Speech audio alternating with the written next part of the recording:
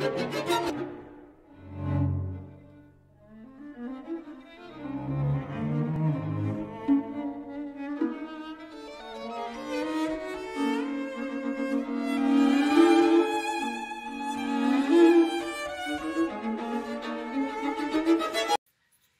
bien bonjour. On a l'impression que les scénaristes ont dans la tête un petit vélo parce que c'est la troisième fois que nous revenons sur Heidegger et on a l'impression qu'ils tournent un peu en rond, ces braves garçons. Enfin bon. Donc je reprends le texte de Heidegger et en plus c'est toujours les mêmes 5 ou 6 pages que je commente. Ça serait bien qu'il me fasse un peu sortir de ce carcan. Enfin bon. Alors, nous avons vu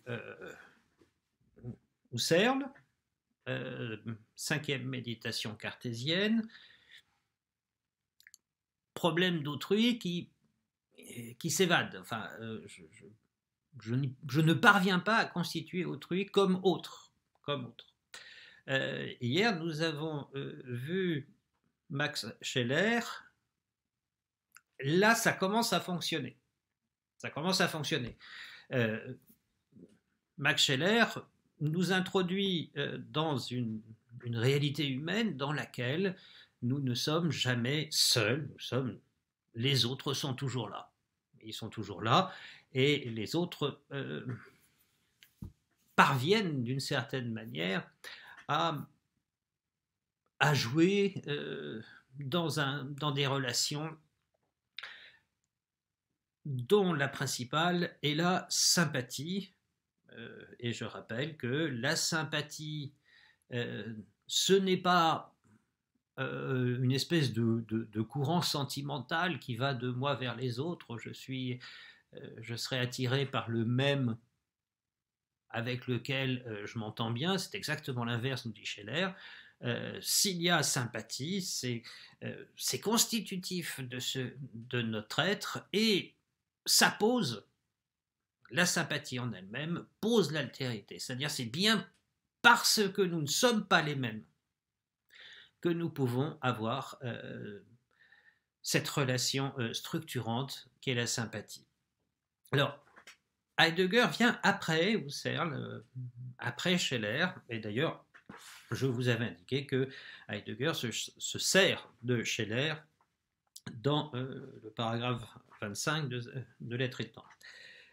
Alors, nous reprenons Heidegger avec, dans la tête, cette fois-ci, l'idée de savoir comment peut-on avoir accès à l'altérité. C'est toujours cette question lancinante, comment exister avec les autres sans capter ces autres, sans en faire ma propre image. Alors, au départ, Heidegger reprend la question toujours la même, à savoir, existerait-il quelque chose qui se tiendrait dessous? Alors Heidegger parle de subjectum, ce qui est jeté dessous,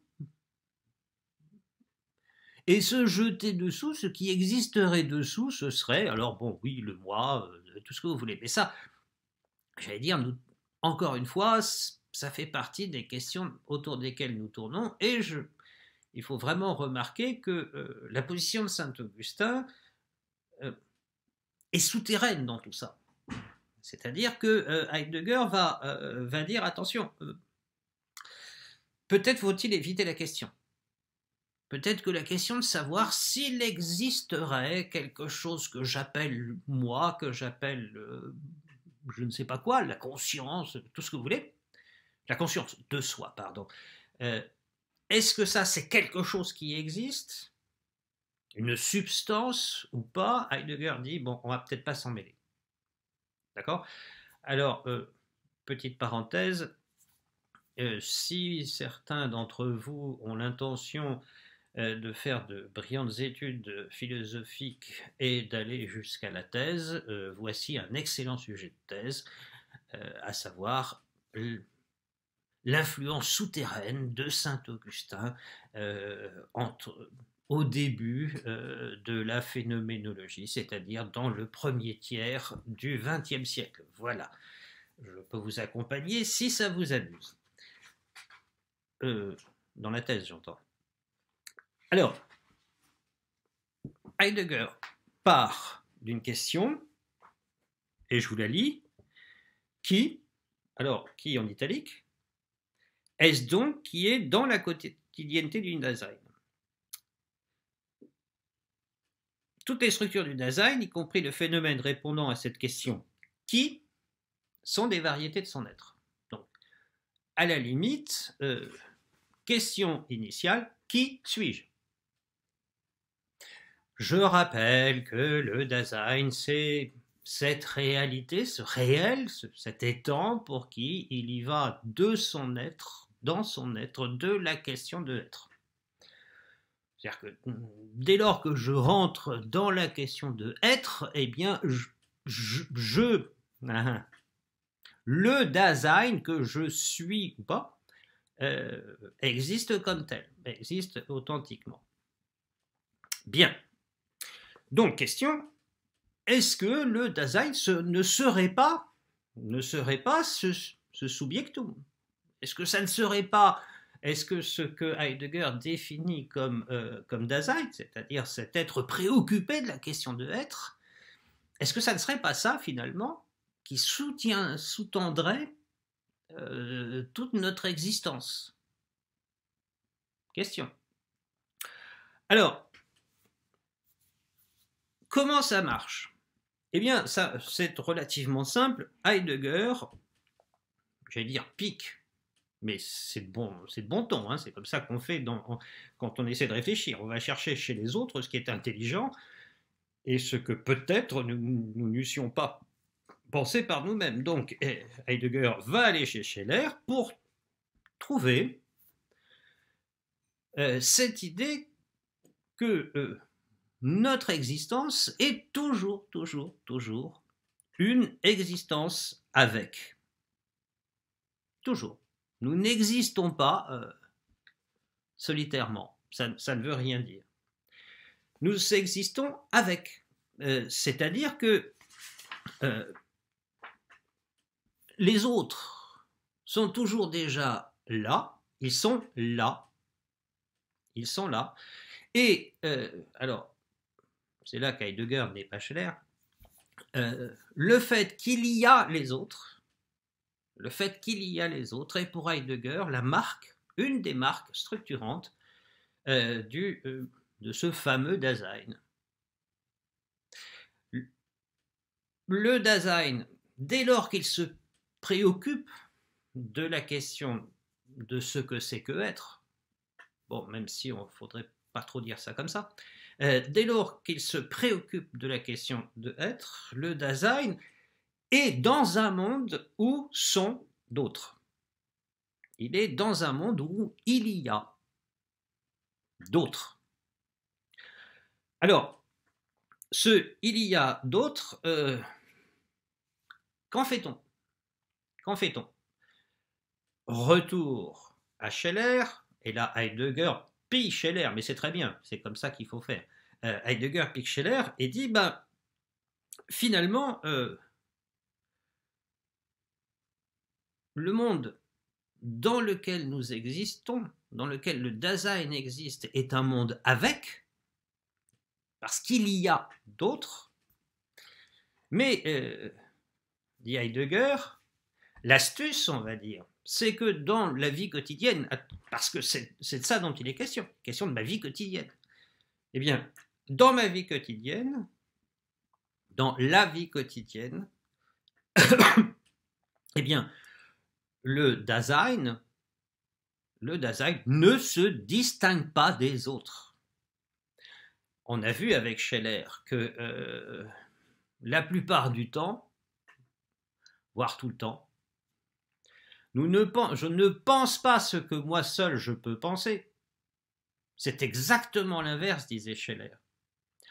Je pense ce que tout le monde pense. Je crois ce que tout le monde croit, etc. Eh bien là, Heidegger reprend en disant, eh bien, ce qui est le propre du Dasein, dans sa quotidienneté, dans la vie la plus banale, la plus triviale, c'est précisément l'indistinction. Ce n'est pas le fait que ce qui dont il est question va exister par rapport aux autres, dont il va se distinguer de prime abord, dont il va pour lui-même se dire « moi je ne suis pas comme eux, je ne suis pas comme le il y a d'autres ». En réalité, je ne me distingue pas et je cite les autres. Cela ne désigne pas simplement tous ceux qui restent en dehors de moi, ceux dont s'extrait le jeu. Non, les autres, ça ne désigne pas ce rapport avec ce qui n'est pas moi. Pour Heidegger, c'est pas vrai. Les autres, ce sont plutôt ceux dont la plupart du temps, on, en italique, ne se distingue pas. On ne se distingue pas. Pourquoi? Parce que nous vivons très simplement quotidiennement sans justement se poser la question de ce que c'est que être et la question qui. Bref, on est des bœufs et on ne réfléchit pas, on ne pense pas, on n'existe pas. On n'existe pas avec la question de être, tout simplement. Et à partir de ce moment-là, Scheller a raison, nous ne nous distinguons pas des autres. Et je fais remarquer à ce moment-là qu'il y a une sorte d'inversion qui se produit. L'histoire de la philosophie, depuis Descartes, parce qu'il faut bien mettre un point de départ, même si c'est pas le bon, c'est pas grave. Depuis Descartes, il y a moi, et la question, il y a quoi qui n'est pas moi? Or, moi, qu'y a-t-il? Bon. Là, c'est renversé. Là, c'est renversé. Il n'y a pas moi. Il n'y a pas moi qui s'extrait du monde commun. Il y a ce monde commun dans lequel nous cohabitons,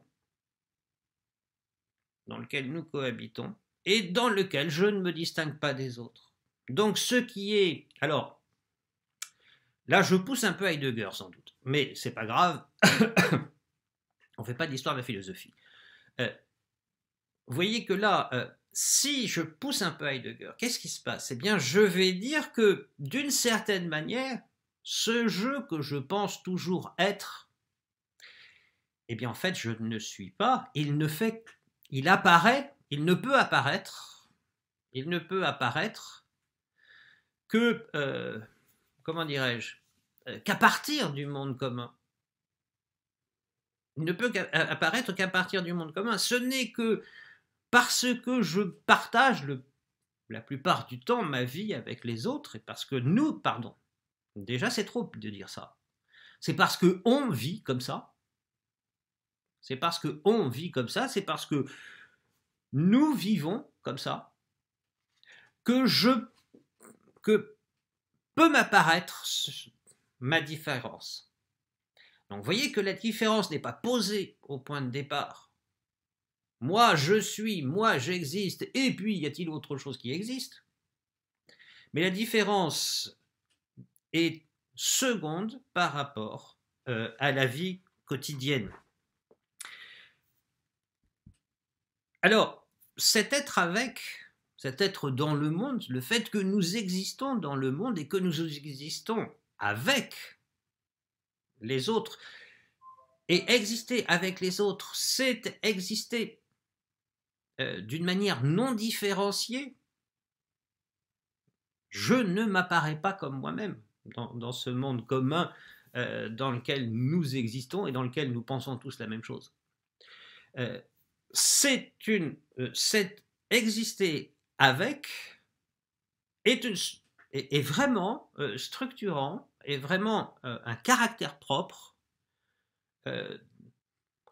Allez, on sort d'Heidegger, de la condition humaine.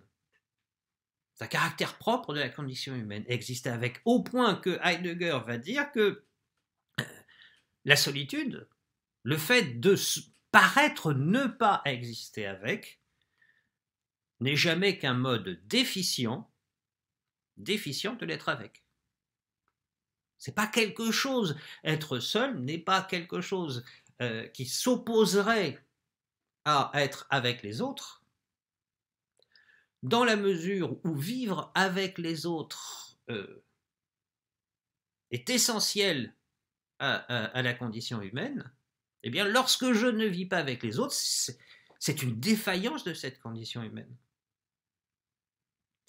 C'est à proprement parler pour Heidegger un manque, un moins, une défaillance.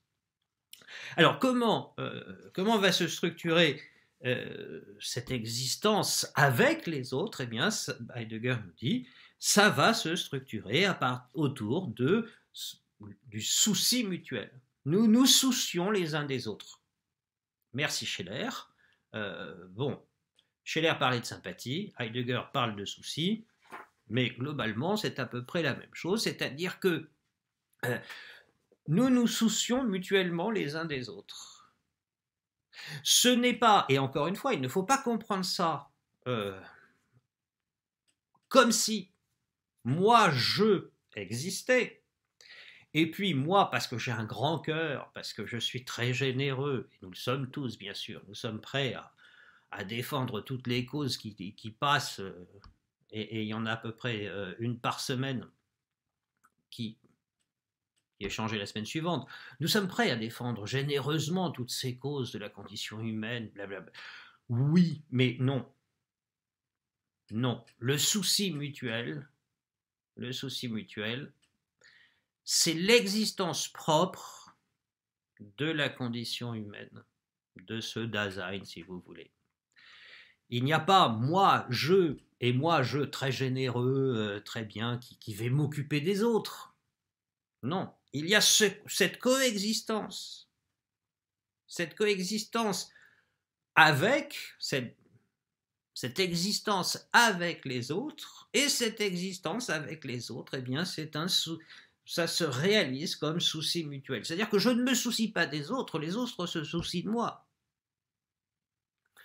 Souvenons-nous, Scheler, la notion de sympathie, qui n'a rien à voir, encore une fois, avec toutes les déterminations sentimentalo, etc., etc. Non, ça on enlève. Hein. La sympathie, c'est chez Scheler une réalité propre à l'exister humain, au fait d'exister comme homme. Eh bien, Heidegger transforme cette sympathie en souci, mais en souci mutuel.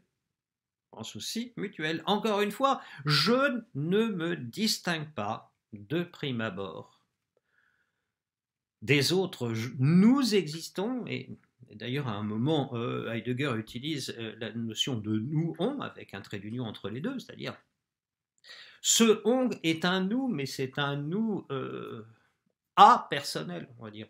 Non pas impersonnel, mais apersonnel, sans personne, sans distinction justement. Eh bien, c'est cette vie commune où nous ne nous distinguons pas les uns des autres qui est marquée comme souci mutuel. Comme souci mutuel. Alors, nous allons nous arrêter là dans la lecture, dans cette troisième lecture d'Heidegger. Toujours, je vous signale que c'est toujours les mêmes lignes que je commente. Hein. Nous allons nous arrêter là avec la phrase qui tue, on va dire. Point de départ, la question qui suis-je, c'est le point de départ. Point d'arrivée, je lis le qui, entre guillemets, et le neutre, le on. Qui suis-je? Je suis celui qui peut dire et qui dit on ou qui dit nous. Je suis très humblement celui qui ne se distingue pas, celui qui est comme comme les autres est celui qui est pris qui existe dans ce monde tissé par le souci mutuel. Voilà. Alors, qu'allons-nous en faire? Parce que vous voyez que là, ça commence à devenir préoccupant, cette histoire. Bien, merci à Husserl, merci à Scheller, merci à Heidegger de nous avoir fait remarquer de manière très nette qu'il faut peut-être être humble. Oui, ça veut dire que moi, ma vie, mon œuvre, moi, le nombril du monde, peut-être que c'est pas comme ça qu'il faut envisager la condition humaine, et à partir de là, l'altérité, c'est-à-dire le fait que autrui est autrui, qu'il n'est pas moi, et peut-être qu'il ne faut pas partir de là pour vouloir fonder une éthique, pour pouvoir fonder la possibilité d'une vie commune, alors la plus heureuse possible ou la moins malheureuse possible. On verra plus tard. Donc merci à tous les trois, mais, et là avec Heidegger, j'allais dire ça se voit comme le nez au milieu de la figure, si je ne me distingue pas, ben ça veut dire qu'autrui ne se distingue pas non plus. Ce on qui figure, pour ne pas aller plus loin, pour ne pas employer un terme incorrect, ce on qui figure la structure du souci mutuel, ce nous qui est la parole du souci mutuel, eh bien en fait, c'est complètement anonyme. C'est quoi? Il y a autrui, alors ça c'est déjà bien, parce que chez Descartes c'est quand même une question. Et on se souvient que dans le morceau de cire, je vous avais fait remarquer, c'est maintenant qu'on peut en tirer la leçon, je vous avais fait remarquer, attention, il y a un passif là. Le morceau de cire est approché. Bah oui, parce que si moi, Descartes, je l'approche, c'est cuit, c'est raté. Il faut bien que on l'approche. Aveu, malgré lui, on va dire, aveu de il y a autre.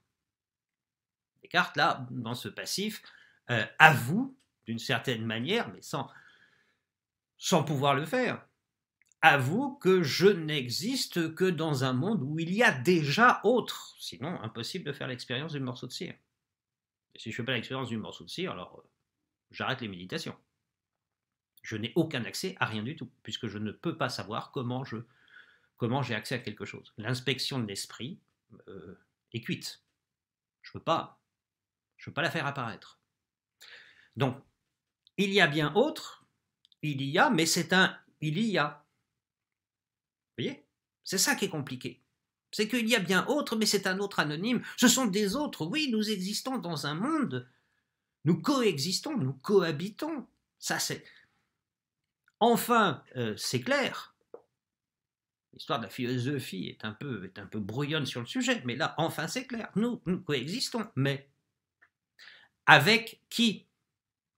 De même que nous posions avec Heidegger, et déjà avec Scheller, je vous signale, je vous l'ai fait remarquer hier, la question « qui suis-je » et non pas « que suis-je ». De même, maintenant, il faut quand même que